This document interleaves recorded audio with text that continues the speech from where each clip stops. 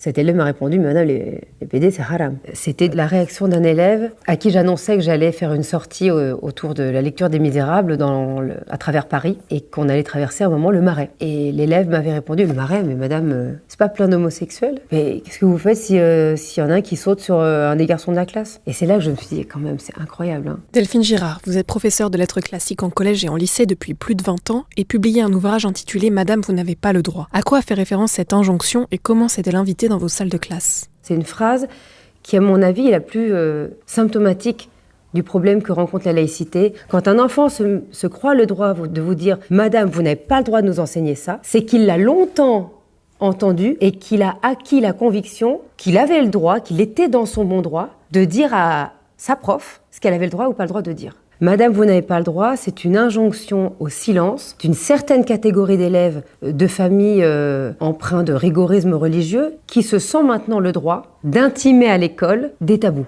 C'est l'émergence dans nos classes d'un problème de société qui est descendu depuis les adultes jusqu'aux enfants. Comment est-ce que ce « Madame, vous n'avez pas le droit » s'est illustré dans vos salles de classe? J'ai écrit ça au sujet de la réaction d'un élève à qui j'annonçais que j'allais faire une sortie autour de la lecture des Misérables à travers Paris et qu'on allait traverser à un moment le Marais. Et l'élève m'avait répondu, le Marais, mais madame, c'est pas plein d'homosexuels?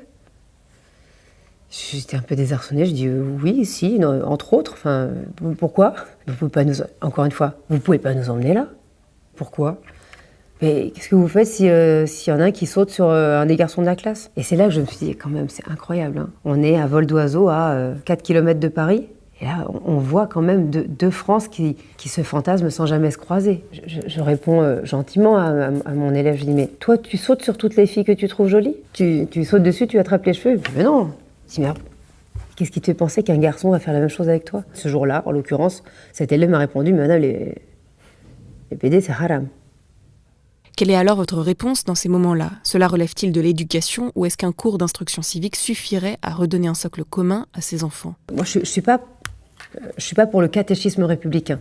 Je ne vais pas nécessairement parler, quand c'est pas opportun, de religion ou de laïcité. Je ne suis pas prof de laïcité non plus. L'objet principal de mon cours, c'est la littérature française, latine et grecque. Je pense que c'est en étudiant Voltaire et Victor Hugo qu'on devient un universaliste et un humaniste. C'est pas parce que la prof va vous faire un cours sur la laïcité. En revanche, ce pourquoi je plaide et ce que je m'efforce de faire, de ne pas éviter la question quand elle se fait jour, de ne pas faire l'autruche.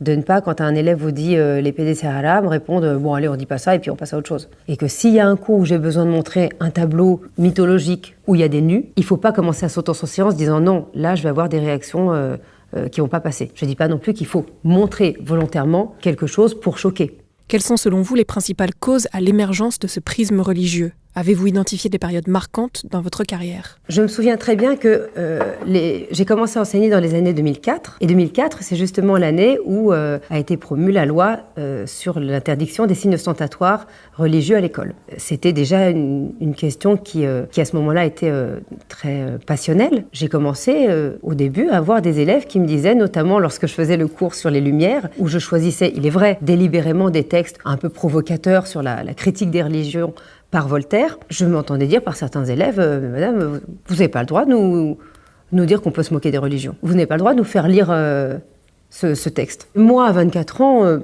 évidemment, j'en souris et puis même je me réjouis parce que en réalité, quand vous avez des élèves qui vous disent ça, ils vous ouvrent la possibilité du cours. Et ces élèves-là, dans les années 2004, 2005, 2006, s'ils se récriaient, la plupart du temps, n'était pas véhément, n'était pas violent, n'était pas menaçant, et la discussion était plutôt intéressante, nourrie. C'est devenu plus difficile après les attentats de Charlie Hebdo. Avec cette fusillade en plein centre de Paris. Un épouvantable attentat dans le centre de Paris, dans le 11e arrondissement. Charlie Hebdo a été victime d'un attentat. 12 après 2015, il y a eu le retour de bâton et l'anticharlisme. Et tout un tas de politiques qui sont mis à décréter que finalement, qui sème le vent récolte la tempête, et que l'anticharlisme était devenu une forme de posture politique acceptable. C'est devenu une posture possible parce qu'un certain nombre de politiques l'ont rendu possible. Ça a été largement renforcé dans les années 2017-2018, c'est un peu de temps après, par le revirement de Jean-Luc Mélenchon. Est-ce vraiment le discours de Jean-Luc Mélenchon qui, pour vous, rend légitime des élèves à revendiquer haut et fort leur appartenance religieuse ? Vous avez en 2015 les attentats de Charlie, et puis 2 ans plus tard, 2 ans seulement, Jean-Luc Mélenchon perd la présidentielle de 600 000 voix. Il décide qu'il lui a manqué 600 000 voix, qu'il va les désormais chercher dans les banlieues. Et il change radicalement son fusil d'épaule sur les questions de laïcité. Lui qui était inattaquable sur les questions de laïcité pendant sa campagne présidentielle de 2017, en 2017 plus un jour, devient totalement anti-laïque. Charb, tu as été assassiné, comme tu le pressentais, par nos plus anciens, nos plus cruels, nos plus constants, nos plus bornés ennemis, les fanatiques religieux, crétins sanglants, qui vocifèrent de tout temps, à bas l'intelligence, vive la mort. Adieu, camarades. Merci, camarades. Je déplore que Marianne et Charlie soient devenus les bagagistes de valeurs actuelles. Je les aimais bien. Maintenant, ils favorisent une manière de traiter la question du regard raciste qui encourage les débordements. Ils facilitent l'escalade zémouriste. Charlie Hebdo est un journal satirique, ce n'est pas le cas de Valeurs Actuelles. Et alors, la satire est neutre politiquement ? Il pourrait m'insulter, mais moi, je n'aurais pas le droit d'argumenter ? Vous, ça vous plaît aussi de vous battre ? Pas dans la boue. L'islamophobie est aussi nocive que l'antisémitisme. En pensant à la personne que j'étais à 15 ans, qui lisait Charlie et le Canard les mercredis, qui riait un peu, ici et là. Je n'ai pas pleuré Charlie. J'ai pleuré en pensant aux amis et aux camarades qui sont devenus Charlie. Marianne, Valeurs Actuelles, Charlie, ça suffit le harcèlement nauséabond contre la députée Danielle Obono.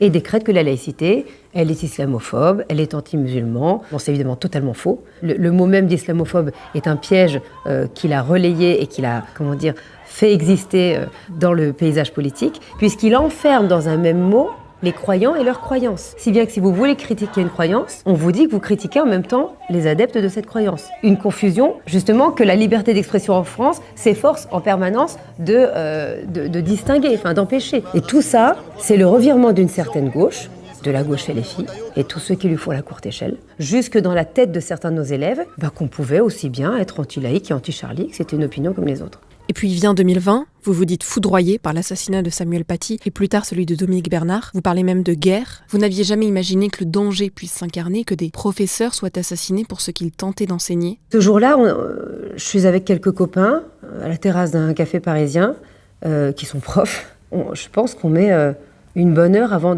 d'accepter la nouvelle. C'est-à-dire que pendant 1 heure, on est dans le déni. C'est un ancien élève, ça doit être un ancien élève qui a gardé une dent contre son prof parce qu'il a collé un jour. Et quand on finit par le comprendre, on prend conscience qu'il faut faire quelque chose, quoi. J'étais à milieu d'imaginer qu'un jour, un prof pourrait être assassiné sur son lieu de travail pour aucune autre raison que celle d'avoir fait son travail. Un islamiste décide que ce cours est haram.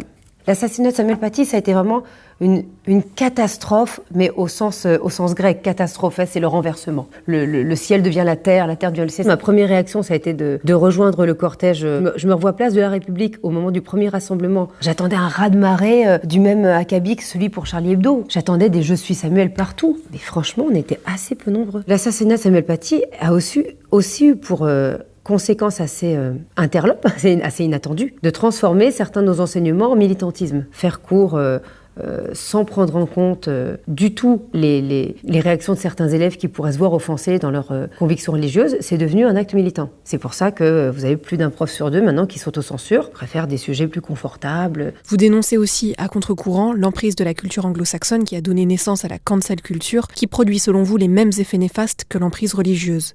Que voulez-vous dire ? Le problème de la laïcité, notamment, c'est qu'elle est prise en étau par 2 franges d'élèves qui sont sociologiquement tout à fait antagonistes, opposés, je veux dire. Vous allez avoir dans les quartiers difficiles des banlieues des élèves issus de familles musulmanes de plus en plus en proie à une forme de rigorisme religieux. Et de l'autre côté, à l'opposé du camembert sociologique, vous allez avoir dans les quartiers beaucoup plus aisés économiquement des élèves qui, eux, sont très empreints de culture anglo-saxonne. Il y a quelques mois, on aurait dit woke, de culture anglo-américaine, c'est-à-dire qui voient la société sous un prisme communautaire et qui regardent la laïcité comme une empêcheuse de communautariser en rond. Ce qui est vrai.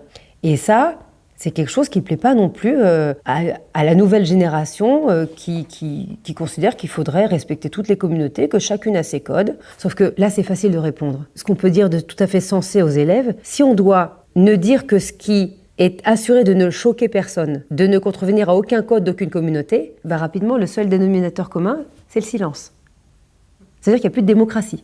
Il il n'y a plus de débat public et on ne peut plus parler de rien. En réalité, c'est ce qui se passe dans plein de pays, c'est ce qui se passe, on fait des autodafés, on interdit des livres, la cancel culture, c'est pas autre chose que l'aboutissement de cette logique. Que sentez-vous aujourd'hui de la part de votre hiérarchie? Vous soutient-elle dans cette volonté d'enseigner librement sans vous auto-censurer?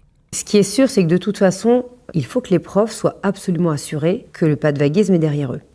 Jamais vous aurez des profs qui montrent la conviction nécessaire à asseoir leur autorité sur les sujets de laïcité, s'ils ne sont pas absolument certains qu'au premier écueil, au premier problème en classe, ils seront suivis inconditionnellement et immédiatement d'un bout à bout de la chaîne de sa hiérarchie. Et notamment sur ces sujets qui sont polémiques, il risque lui-même de ne pas croire en sa propre autorité pour le faire et s'auto-censurera.